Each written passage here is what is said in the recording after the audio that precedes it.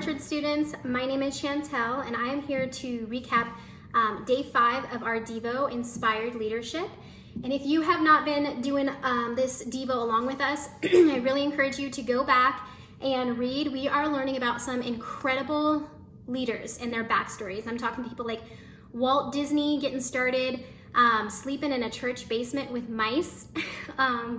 Sony, Sony is a big electronic company, and the CEO of that company almost sold their very first big breakthrough idea, but with God's guidance. It just kind of has been walking us through how these leaders have learned and grown and some of the characteristics, and it's just been so incredible. I know you're going to get a lot out of it. So go back and read if you haven't, and if you're with us, we are on day 5 and we are talking about problems. And who doesn't have problems, right? We all have all kinds of problems. The Bible even tells us the world is going to be full of them. And so I want to start off by reading our verse. It's Romans 5:3-5, and it says, not only that, so it's referring to some other stuff too, you can go back and read that portion, but rejoice in our sufferings, knowing that suffering produces endurance, and endurance produces character, and character produces hope, and hope does not put us to shame, because God's love has been poured into our hearts through the Holy Spirit who has been given to us. So the word that jumped out to me was the word shame. And I think because the story that it goes over with us in our Devo is about a farmer whose donkey got stuck in this well.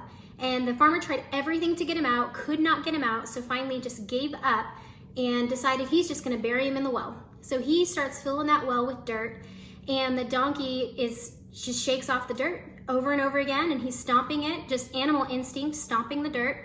And I know I've felt like that a lot in my life. If it's not someone else throwing my dirt in my face, like I need to be reminded of the mistakes that I've made. I do it to myself. And when I make a mistake or I do something that I know is wrong, it's not even the thing that I did wrong in itself that's the problem. It's the shame that I'm carrying. And I just think it's so cool how the donkey just kept shaking off the dirt, and what was meant to harm him, to bury him, God used to elevate him, right? Or he even used himself. He kept stomping that dirt down, and he grew closer and closer. And I think that's often what God intends for us, is that dirt that's been thrown on us. He really just wants us to shake off and learn from it. And he wants to use it to bring us closer to him, to dig ourselves out of the mess that we got ourselves in, or he wants to use the dirt to dig us out, right?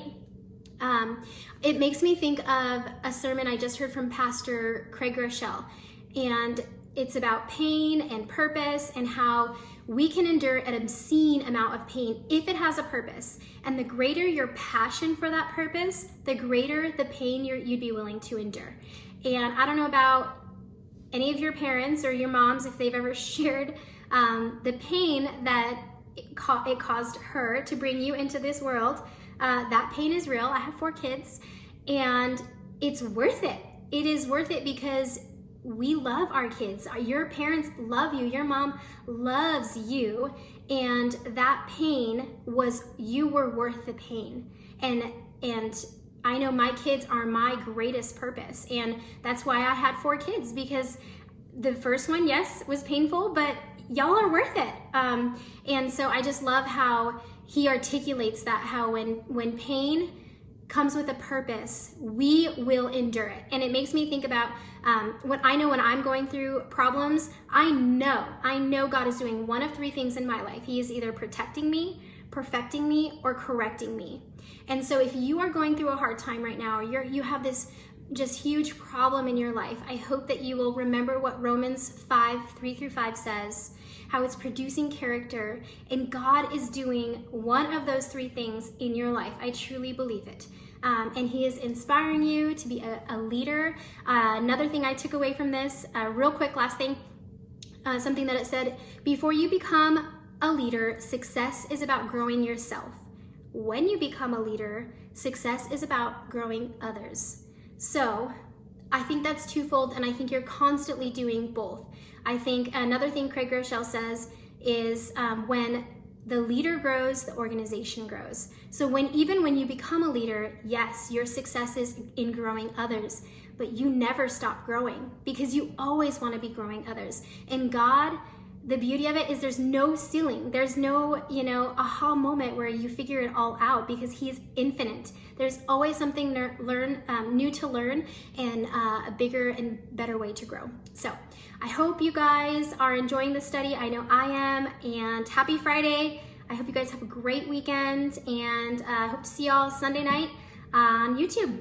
See you later.